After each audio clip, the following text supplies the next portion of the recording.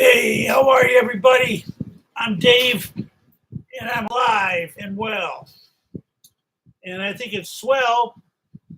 If you want to chat, that's where it's at. I got to turn this AC down. It's getting my throat raspy. That's the correct word. We got the Jets and the Bills coming up shortly. I'll keep that in the background. So how you doing today? It's 9/11. Of course, that's a fateful day for a lot of people. Back in 9,000 and 9/11, 2001, of course, the Twin Towers were hit. And those people who did it, they really did a lot of damage. It's still going on today. The people are all talking, commemorating it. The families are talking and they're crying, and they should be. They won't let go of that memory, and they shouldn't. It's so impactful. It is, and always will be. So that's about all I have to say. I could say a lot more.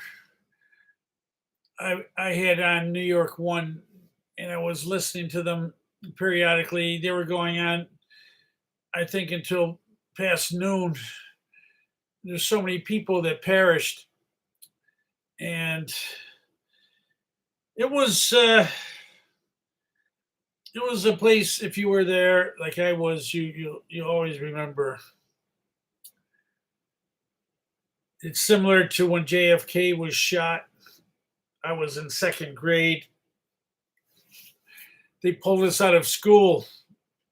This was in upstate New York. He was shot down in Texas. And you always will remember certain events like this. In 9/11, I was in school again. Instead of a second grade student, I was a teacher. I taught a first period class that was 8 o'clock to around approximately 9. And I came out of the class, and TV sets were up in different classrooms in the hall, near the halls. And this one teacher said to me, "Do you know what happened?" And I said, "No." And he said, "One of the Twin Towers was hit by a plane." And I remember immediately I thought it was some kind of weird accident. But how could that be an accident? As it turned out, it was intentional. And they had footage of the plane going straight in.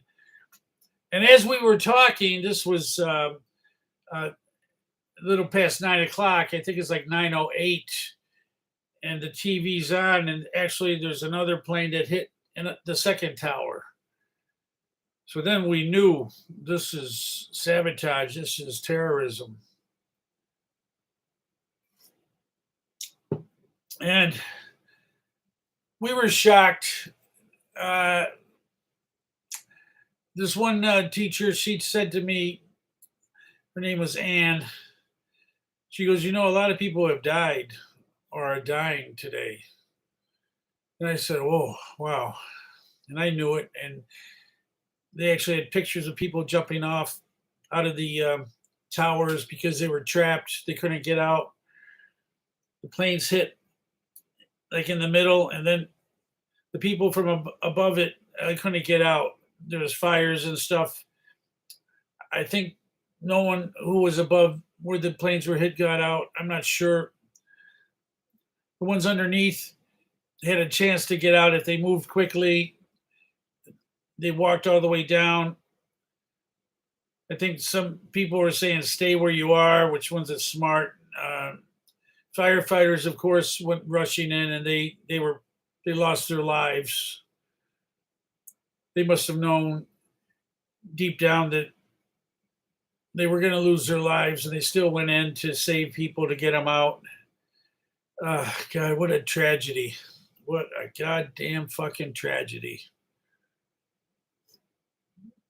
And picture those assholes coming through the airport, and I think it was in Boston, or Providence or something. They were coming in, and uh, they trained themselves to fly down in Florida, commercial school or whatever. They hijacked the planes. I don't know how they hijacked them.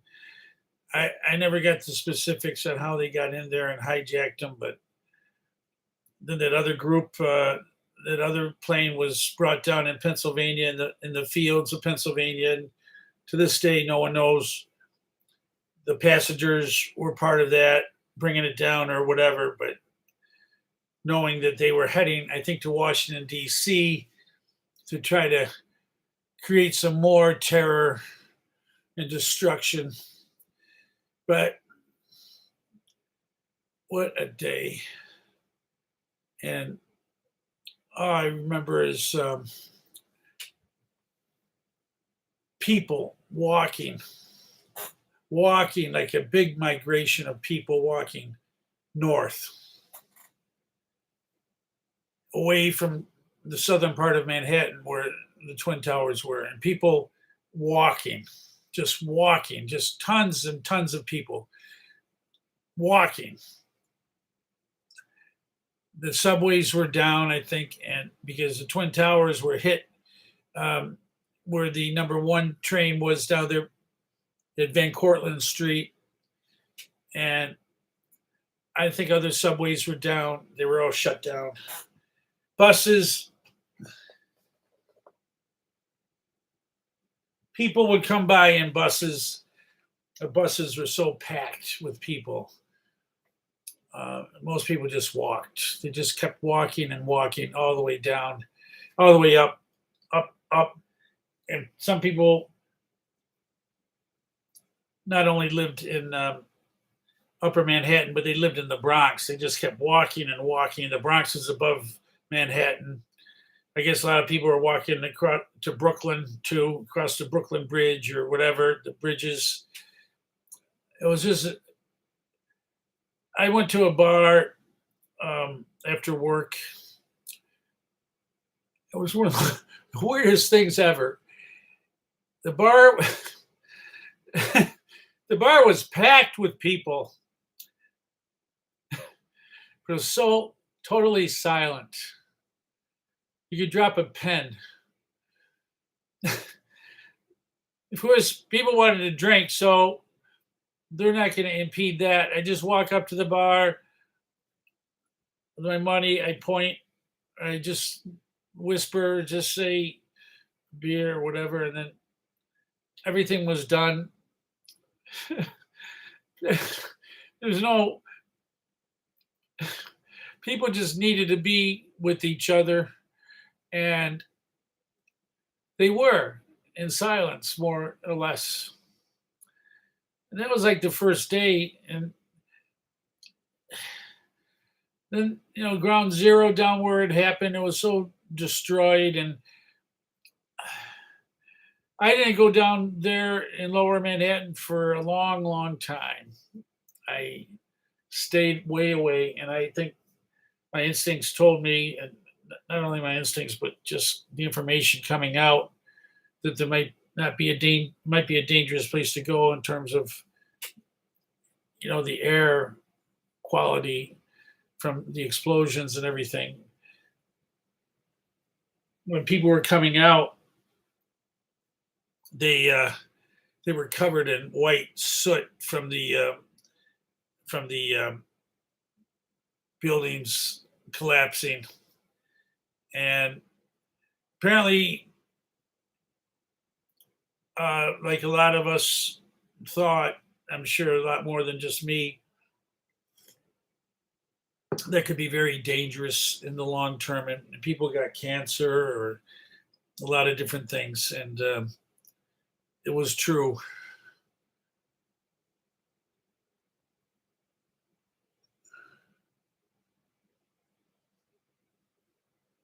Oh, sorry, I had to put eye drops in. I don't want to make a joke and say raindrops or anything, like raindrops are falling on my head and all that crap. I'll save the humor for some other day. As this turns out, it's pretty clear that I have a lot to say about this. And think of the Carpenter's tomb. We've only just begun. And poor Karen Carpenter, she was a lovely sweetie, but she had anorexia. She died when I was in LA in 82. I was out there. I just moved out there and I was a security guard in Century City. And I was there from about August 82 until August 83 for about a year. Maybe it was September, but I manned a booth in Century City. It's sort of like just a commercial area, just with high-rise buildings, and that's it. No one can walk. It's just cars. And I was at this place where people came to park their cars. There was an underground area which everyone had to go, but then I was down outside where trucks would come to make deliveries, and I had control of a little gate, but some cars would come that wanted to make deliveries, and I wasn't supposed to allow cars to go in, just trucks. In other words, if the trucks could fit into the tunnel down below, they had to go down there, and I would send them down there. A lot of times the guys would come with their deliveries and they'd say, delivery. I go, yeah, you got to park down inside. They go, why? Does it cost anything? And I go, no, they'll validate for you. that means the people they go see, they'll validate the cost, pay for it. A lot of times they'd say, okay, good. And then the next time they'd come back, they say they didn't validate like that. I had to pay. I said, well, there's nothing I can do about it. And then we'd get in arguments and it would get nasty. They would curse at me. I'd curse back. And I did that for a year. Then I got a teaching job. I can get into that later, but I want to keep the thread going with 9/11. But how I got off tangent was a little bit with Karen Carpenter came to my mind with that. We've only just begun. When I was talking about 9/11 and my explanation of what happened, and I said we've only just begun, and then Karen comes to my mind, and I remember hearing that she had passed away. She had anorexia. Such a beautiful voice. Obviously a troubled lady who for some reason thought she had to lose weight, and I guess that's what anorexia is, and I don't know what happened, but it weakened her heart, and then she died of a heart problem, I guess, heart failure. I think that was it. Keeping an eye on the Jet Bill game today. The Jets are playing here in the Meadowlands, and last night the Giants played the Cowboys and got beat 40-0. And everyone was hyping up the Giants and saying they're going to be good this year. And maybe they still will be, but it's even more so with the Jets. They got Aaron Rodgers and they were on Hard Knocks on HBO. And people are predicting that they're going to maybe go to the Super Bowl. And I'm telling you, it's not going to happen that easy. And I am afraid, starting with tonight against the Buffalo Bills, who have been a damn good team the last few years, knocking on the Super Bowl door. They haven't gotten there, but that they're going to really want to pay a nice visit to the Jets and let them know who's boss in that division, which they've dominated the last 3 or 4 years. The Jets haven't. They have a real good defense. Last year, they had this Wilson, this punk quarterback from BYU. I think of that Keanu Reeves film where he played an FBI agent, and he was some punk quarterback, and they called him a punk quarterback. He played quarterback at Ohio State or something, and apparently they refer to that different times for comic effect in the film. But this Wilson was a punk quarterback, and they still finished like respectable, not playoff enough, but without a quarterback, really, in essence, this guy really was a rookie. I guess he has talent, but you got Aaron Rodgers, who considered he's a four-time MVP. Now he's playing for them, and boy, the expectations are high. Oh my! New York City loves him, but they can turn on him very quickly. I'm more concerned he's going to have injuries. He's going to get a nagging injury here or there. He's going to be knocked out of a game. 16 games is a long season. So if he can get through every game and play the full game, he's a great quarterback. They have an offensive line that's a little iffy. Their defense is considered great, maybe too great. And if they start giving up big plays, people are going to be all over them too. But let's keep our hopes high for the Jets starting tonight. I hope they make things right because New York City has not had any good teams lately. The Mets and the Yankees were big duds this year. And, of course, the Giants got beat 40-0 yesterday. They were considered to be maybe a contender this year after surprising everyone and getting to the playoffs last year and winning the first game. Then they got beat by Philadelphia, who went to the Super Bowl and lost to Kansas City. And that was a pity. But you can't turn the ball over like Jalen Hurts did against Kansas City, give him a free touchdown like he did. I think it was in the third quarter or sometime. He just, it was a basic play, and he was rolling out, and he fumbled the ball, and someone in Kansas City picked it up and ran it into the end zone. It was like a gift horse. You can't do that. You can't give that up. And I said right there, that's the game. They gave up a couple easy touchdowns to Kansas City.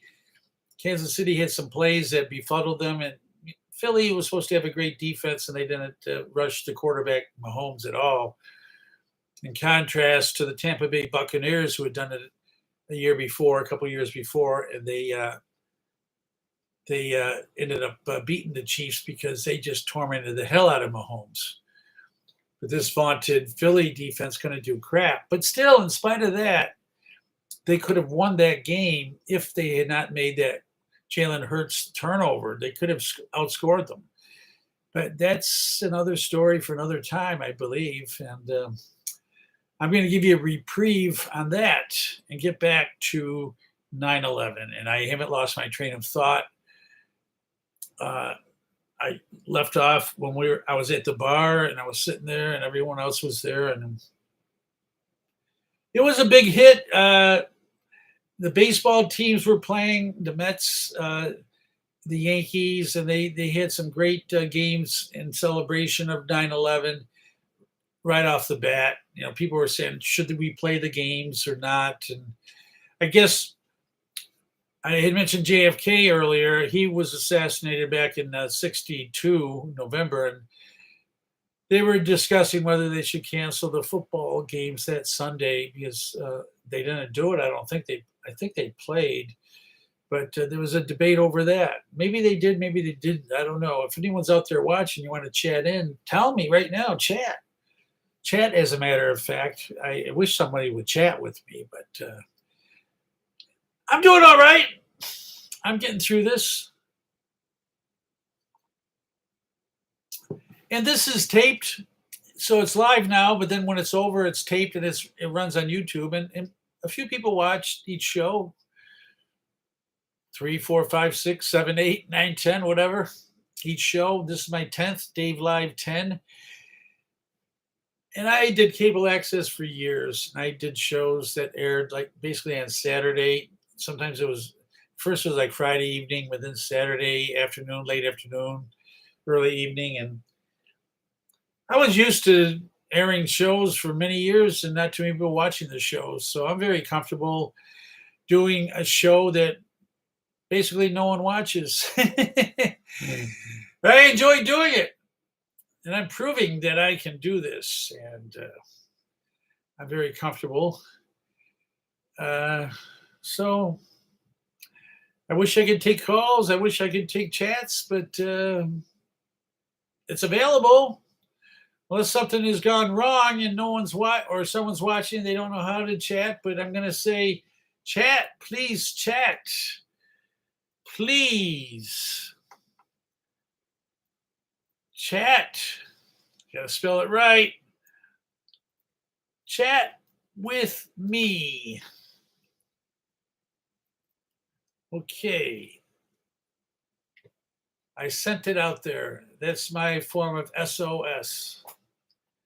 Or that police song, SOS. I remember I was just out of college. I was a teacher in upstate New York, and police came out really strong. And I remember that.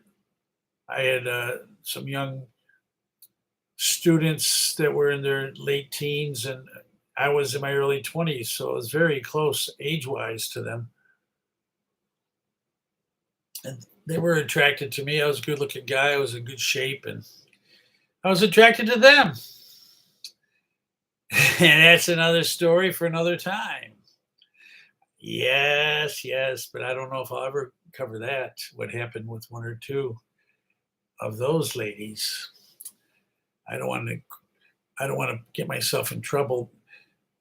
The way things are now, people get in trouble for something they said or did years ago. So this is like 40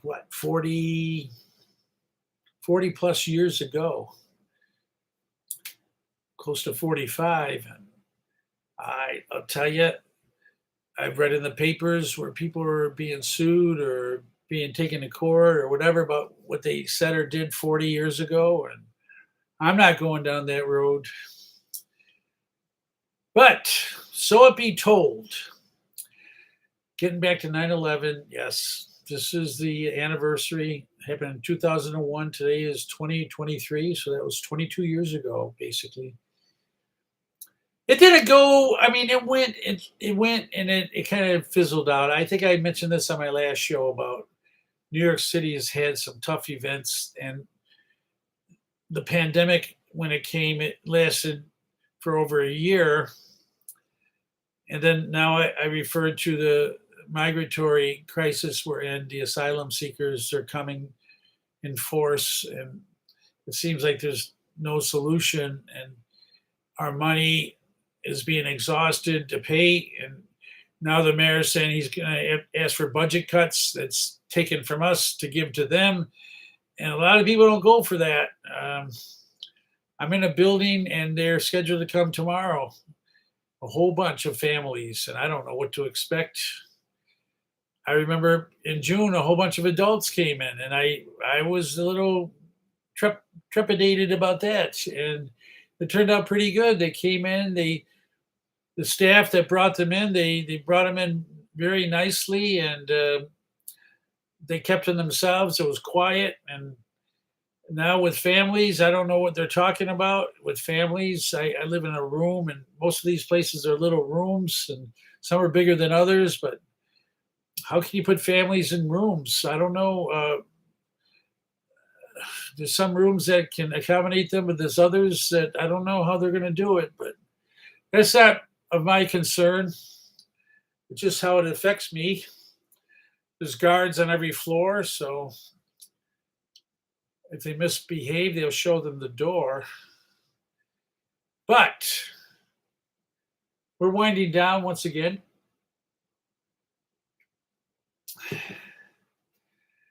We take a lot of hits in life, and it causes strife, and you got to deal with it like I have.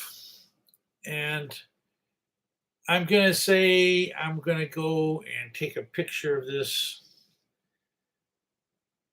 for posterity's sake. So don't call me a fake. I put these on before, and it was pretty cool.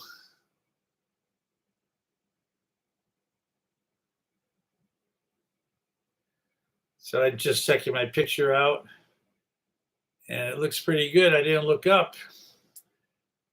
I was looking right here.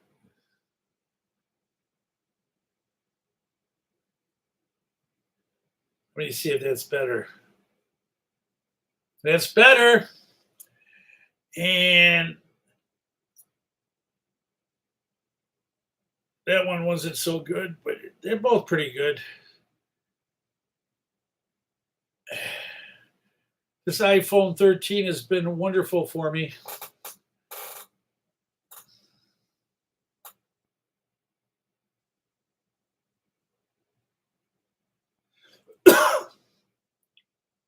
Yeah, I got it now.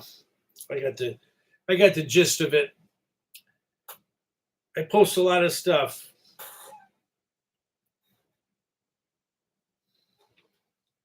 So don't be rough. Don't be tough.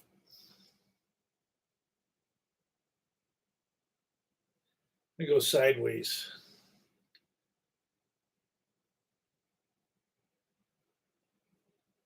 Let's see how that looks. Yeah, I got a lot of stuff here. I kind of petered out. Wait, I don't have anyone chatting. But I'm going to say goodbye, sayonara, and hope you enjoyed my show. Took you down memory lane. There is someone to blame. Those damn terrorists. A lot of victims, a lot of firefighters, and just civilian population that lost their lives. That was a damn shame. And I hate to say it, but I'm a little surprised it hasn't happened again, or they're not going to try. I hope they don't. Who knows what would happen? But oh, it's a terrible, terrible, cruel, evil world in a lot of ways. So each of individuals has to make it good for yourself and for others around you.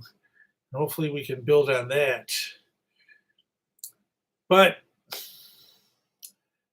there's a bit of melancholia here because of the day, and that's very appropriate. And I am watching, and we're under a minute now. We're into the last 30 seconds of the show. So I hope now you're more in the know about me and everything else. In the background, you can see the Jets and the Bills are ready to start. So I don't want to hold back, Jack. We got to get to the game. Just on TV, ESPN's finally back, and that's great. Without them, I was ready to have a heart attack. So, once again, thank you for watching Dave Live 10.